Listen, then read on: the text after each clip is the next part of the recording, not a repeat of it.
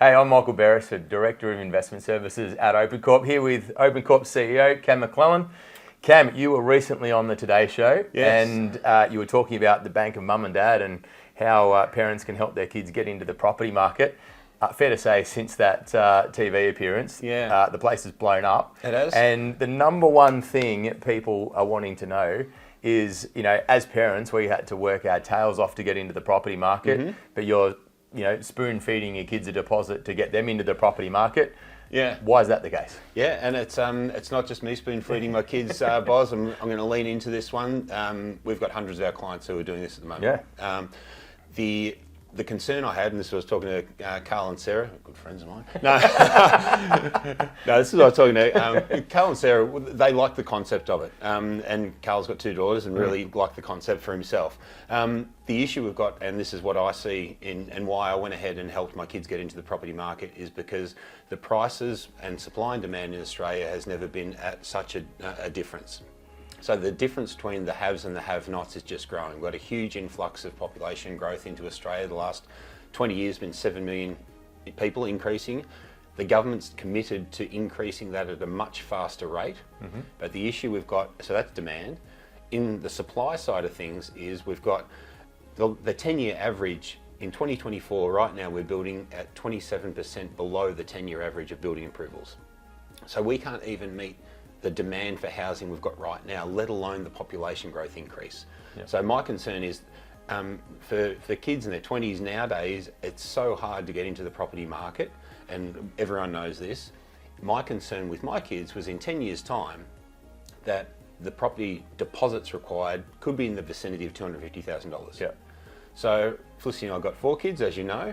So for me, knowing my kids aren't going to be able to save $250,000 in 10 years' time, that's potentially $1 million that I've got to fork out for deposits for my kids to get into the property market, or they will be either the haves or the have-nots. That's the reality of the situation. Now, it was smarter that Felicity and I made a decision, and this is a calculated decision, that knowing that property will double every 10 years if it's well chosen, and as we've been able to achieve for our clients, is that by us outlaying a deposit now of $120,000, we could get a property for our kids, one property with one deposit, which is today's dollars deposit, and let that double in 10 years' time. Yep. Pay the tax, split the profit, and our kids have basically got a deposit each to be able to get into the property market themselves. Now, that doesn't mean that we're silver spoon feeding them and they don't have to contribute. Right? We're still. What does that look like? Well, Hannah's 17. She knows that time spent for money earned. She's got her own job. She buys her own clothes. Felicity's very harsh and makes her, she's the last one in their class with an iPhone.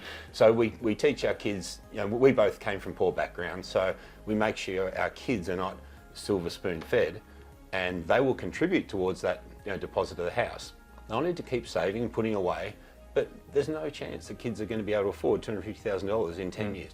So that was the concept, and I think why it's blown up, that people need to think about home ownership as opposed to the traditional sense of just buying a home in the area you grew up in because that's where your parents lived and that's what you want to grow up, and you can just save your way to a deposit. Times are very different from yesteryear, and the affordability gap is just getting so much greater.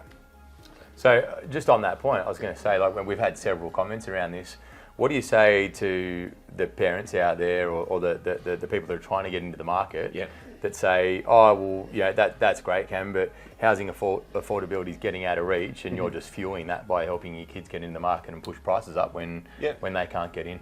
Yeah, we built a new house, so we're not impacting the affordability of housing whatsoever. The house we built was an established house. Now, this is the issue with 80% of investors buy established houses. Right. I went and bought a block of land, and we built a house on that for the kids. So we haven't impacted the affordability of housing whatsoever. So we've just created another house. So that has actually helped out the rental crisis because we're renting that out. So in effect, we've had a positive impact on the market. And I think the government, what's important to mention, because it's not well publicised in the media, the government clearly are at their wits' end trying to work out how to fix this housing supply, but they keep, whether they mean it or not, they keep disincentivising private investment. If the housing supply and the rental supply is going to come from mums and dads in Australia, then there needs to be some incentive rather than disincentive if they actually want to help fix the problem. Get in the market, I think that's important to understand as well. Yeah. So I mean, I know your family. I've known them for a long time. Yeah, you guys are happy. Babies. You guys are happy families. Despite every best intention, it doesn't always unfold that way. Yeah. So how do you suggest setting this purchase structure up to be able to protect the kids, protect you and Felicity, and make sure that everything's above board? Yeah, obviously kids under 18 can't own property. Yep. You know, first of all, so it's a very simple structure, and this is what we're putting in place for lots and lots of clients on a weekly basis now. Is a simple trust structure which is set up now. So a simple trust structure has a trustee. I'm the trustee of the trust, so I control everything. The kids are beneficiaries, so I'll explain trust into the simplest form. Accountant can set these up, and we've got accountants that we can put them in touch with to set the structure. But basically, I control the property, I make all the decisions, I choose when it's sold, so there's no fighting amongst siblings. Yep. The kids have got a clear understanding. We've got a one-page agreement with them that this property, they'll contribute to the property, and that's what Felicity and I have decided, but they'll contribute X amount of money when they get into their working years of their life towards that property, as paying us back for the deposit. So that's what we want to get back from them. But the trust structure is set up that I will sell it at the point in time that I deem fit and split the profits evenly, so there's no fighting amongst the kids. Right. Because I know that's not all families are happy. Awesome, Cam. So some amazing insights there. What would you say to wrap up to people that are considering doing this? They need to make a decision. The difference between the haves and have-nots is getting greater. If they want their kids to get into the property market, it's a much smarter way to do it today, because based on supply and demand, property prices will never be as cheap as they are right now in Australia. Yep. And that's the brass tacks of it all. So if you want the ability for your kids to get into the market, make a decision. Are you going to help them in 10 years' time or down the track? Or when you keel over and they get your money anyway?